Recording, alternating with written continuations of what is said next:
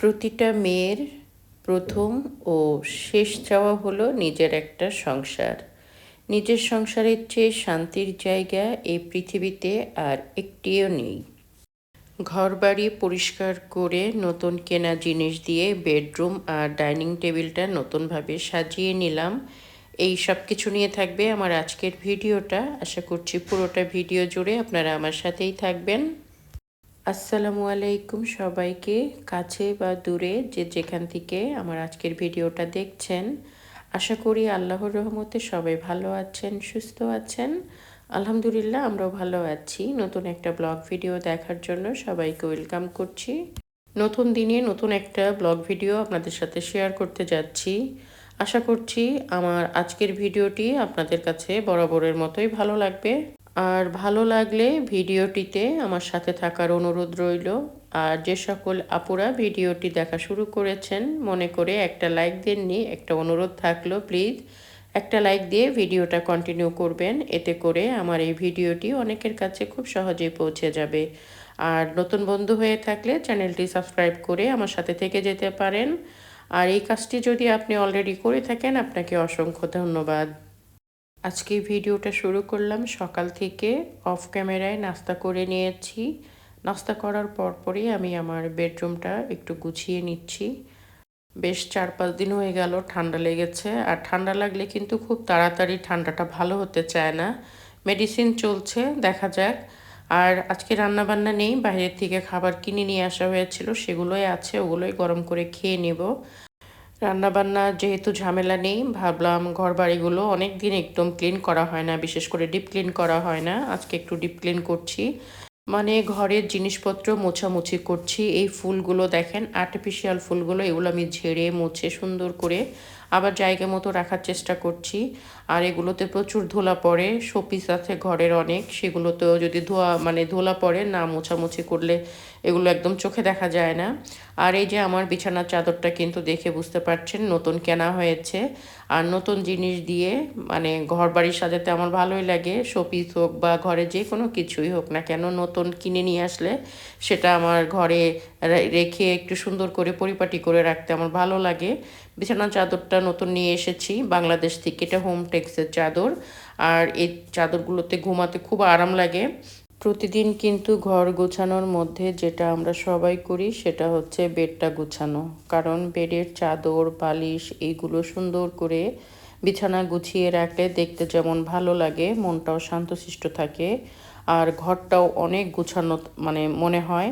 ঘুম থেকে উঠেই বিছানাটা প্রথমেই গুছিয়ে ফেললে মনে হয় ঘরের অর্ধেকটা কাজই শেষ হয়ে যায়।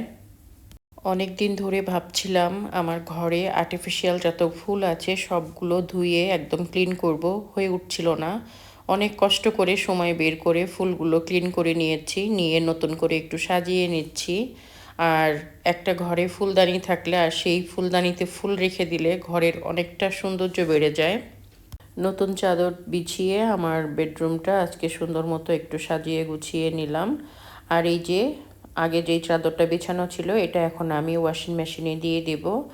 প্রতিটা মেয়ের প্রথম ও শেষ চাওয়া হলো নিজের একটা সংসার। নিজের সংসারের চেয়ে শান্তির জায়গা এই পৃথিবীতে কিন্তু আর কোথাও নেই। মাঝে মাঝে মনে হয় আমার ঘর আমার সাথে কথা বলে। ঘরের প্রতিটা কোণায় রয়েছে আমার হাতের ছোঁয়া। তিল তিল করে এই সংসারটাকে এত বড় করেছি, তাই তো এই সংসারের প্রতি এতটা মায়া। ছোট ছোট জিনিসের মধ্যেও আনন্দ খুঁজে নেওয়ার মাঝেও অনেক সুখ পাওয়া যায়। যেমন আমি দেখেন এই লাইটগুলো টিমো থেকে কিনেছি।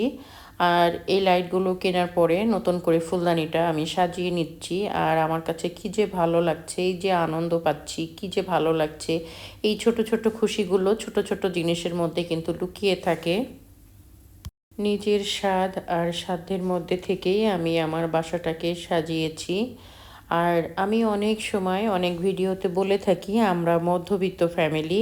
অনেকে আমাকে খুব বাজেভাবে কমেন্ট করেন, আপুরাই মনে হয় এই ধরনের কমেন্ট করেন যে আপনি আবার মধ্যবিত্ত, আপনি এত স্বয়ংসম্পূর্ণ মানুষ, আপনি যদি বলেন মধ্যবিত্ত কেন, আমাকে দেখে কি খুব বেশি বড়লোক মনে হয়?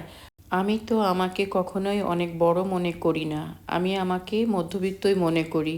সাধারণ মানুষের জীবনযাপন আমার কাছে ভালো লাগে। আমি সেজন্য আমাকে মধ্যবিত্তই বলি। আর অনেকেই সেটা নিতে পারেন না। আমার এই ছোটোখাটো সাধারণ জীবন আপনাদের সাথে শেয়ার করি। এটা দেখেই আপনারা আমাকে এমন এমন কমেন্ট করেন। আমি কমেন্টগুলো পড়লে নিজে হাসবো না কানবো বুঝতে পারি না। সব কিছুতেই যদি এত না না করেন তাহলে আমি যে ব্লগ করি আপনাদের সাথে কি শেয়ার করব বলেন। যেটা করি সেটাই বলেন, এটা করবেন না, ওইভাবে করবেন, এইভাবে না, এত বেশি জিনিস দেখান কেন, কি করব বলেন। নিজের ঘর গোছানোর প্রতিটা মেয়েরই কিন্তু স্বপ্ন। আর আমি যেহেতু ব্লগ করি, আমি নতুন নতুন যে কোনো কিছু কেনাকাটা করলে সেটা আমি আমার প্রিয় আপুদের সাথে শেয়ার করতে পছন্দ করি। কারণ ভিডিওতে তো আপনাদেরকে দেখাতে হবে, তাই না? না দেখালে আমি কি দেখাবো? আমার প্রতিদিনের লাইফ স্টাইলটাই তো আপনাদের সাথে শেয়ার করার চেষ্টা করি যতটুকু সম্ভব। আলহামদুলিল্লাহ, আল্লাহ আমাদেরকে অনেক ভালো রেখেছেন, সেই জন্য আল্লাহ দরবারে লাখো কোটি শুকরিয়া আদায় করি। আমি আমার অবস্থান থেকে আমি অনেক খুশি, হ্যাপি এবং সুখী। মধ্যবিত্ত জীবনও কিন্তু টানাপোড়েনের মাঝেও থাকে শখ সুখের কত না না বলা গল্প। আমাদের সব কিছু আছে, তারপরেও কিন্তু আমাদেরও অনেক গল্প থাকতে পারে, অনেক অভাব থাকতে পারে, অনেক কষ্ট থাকতে পারে। আমরা সবসময় সব কিছু আপনাদের সাথে শেয়ার করি না দেখে আপনারা বুঝতে পারেন না। যতটুকু দেখেন উপর থেকে অতটুকু দেখেই বিচার করেন। আসলে কি উপর থেকে অনেক কিছু দেখেই বিচার করা ঠিক না। এই যে দেখেন, আমি আমার ফুলদানিটা এইভাবে সাজিয়ে নিয়েছি। আসলে তো অনেকভাবেই সাজানো যায়, তবে আমার কাছে যেরকম ভালো লাগে, আর ঘর সাজাতে আমার খুবই ভালো লাগে। মাঝে মধ্যে ওলটপালট করে একটু সাজানো গুছানো ঘর আমার দেখতে ভালো লাগে। আর এই জায়গাটা আমি এভাবে রেখেছি কারণ মেন গেট থেকে ঢুকতেই এই জায়গাটা চোখে পড়ে। আর ঢোকার সাথে সাথেই দেখতে যেন ভালো লাগে, সেই জন্য আমি এই জায়গাটা এইভাবে সুন্দর করে সাজিয়ে রেখেছি। আসলে ঘরটা ওই রকমই হওয়া উচিত। সারা দিনের ক্লান্ত শরীর নিয়ে যখন ঘরটাতে প্রবেশ করব, ঘরটা যদি গোছানো থাকে শরীরের সব ক্লান্তি যেন এমনিতেই দূর হয়ে যায়। নিজের ঘর কুড়ে হলেও শান্তি। আলহামদুলিল্লাহ, ঘর ভালো তো মনও ভালো। আর নিজের হাতে সাজানো একগুচ্ছ সুখের নাম হচ্ছে সংসার। আর আমরা মেয়েরা সংসারের জন্য নতুন কোনো কিছু কিনতে পারলেই অনেক খুশি হয়ে যাই। এই যে আমি আমার ডাইনিং টেবিলটা একটু অন্যরকমভাবে ডেকোরেশন করছি নতুন কেনা শোপিস দিয়ে। এই যে দেখতে পাচ্ছেন, এই শোপিসটা আমি কিনে রেখেছিলাম। এই শোপিসটা দিয়ে আর ঘরটা সাজানো হয়নি, আজকে বের করলাম। ভাবলাম একটু অন্যরকম করে আজকে ডাইনিং টেবিলটা একটু ডেকোরেশন করি। একটু চেঞ্জ করার চেষ্টা করলাম, মনে হচ্ছে আমার কাছে দেখতে সুন্দর লাগবে। ক্যান্ডেল স্ট্যান্ড সব কিছু থেকে শুরু করে ফ্লাওয়ার ভেজ পর্যন্ত আমি চেঞ্জ করেছি। আর কেমন লাগছে সাজানোটা আপনারা একটু বলবেন। আসলে মাঝে মধ্যে আমার কাছে তো একটু ওলটপালট করে বাসা সাজাতে ভালোই লাগে। আর আমি সবসময় চেষ্টা করি একটু নতুন নতুন কোনো কিছু দিয়ে বাসাটা একটু অন্যরকম করে সাজাতে। যেমন আমার এখানে সবসময় হোয়াইট কালারের আপনারা ফ্লাওয়ারগুলো দেখতেন, আজকে একদমই চেঞ্জ করে ফেলেছি। আর সবগুলো একদমই একই কালারের রাখার চেষ্টা করেছি, ক্যান্ডেল থেকে শুরু করে সব কিছুই। আর এই যে দেখেন, এইভাবে সাজিয়ে নিচ্ছি। আসলে এই টেবিলটাতে ওই রকম করে আমাদের কেউই খাওয়া দাওয়া করি না। আমার তো কিচেনে একটা ডাইনিং টেবিল আছে, যারা আমার নিয়মিত ব্লগ দেখেন আপনারা জানেন। এটা জাস্ট একটু সাজিয়ে রেখেছি। মাঝে মধ্যে টিচার এখানে এসে নেহাকে একটু পড়াশোনা করায়, আর বাকি সময় টেবিলটা এরকম ফাঁকাই পড়ে থাকে। কারণ এটা আমার ড্রয়িং ডাইনিং একসাথে, যে সেই জন্য এই টেবিলটাকে আমি কোনো রকম নোংরা হতে দেই না। সবসময় একটু পরিপাটি করে সাজিয়ে গুছিয়ে রাখতে চেষ্টা করি। আর মন ভালো থাকলে ঘর যেন আরও বেশি সুন্দর হয়ে ফুটে ওঠে। তখন ঘর মনের মতো সুন্দর করে সাজিয়ে তোলা যায়।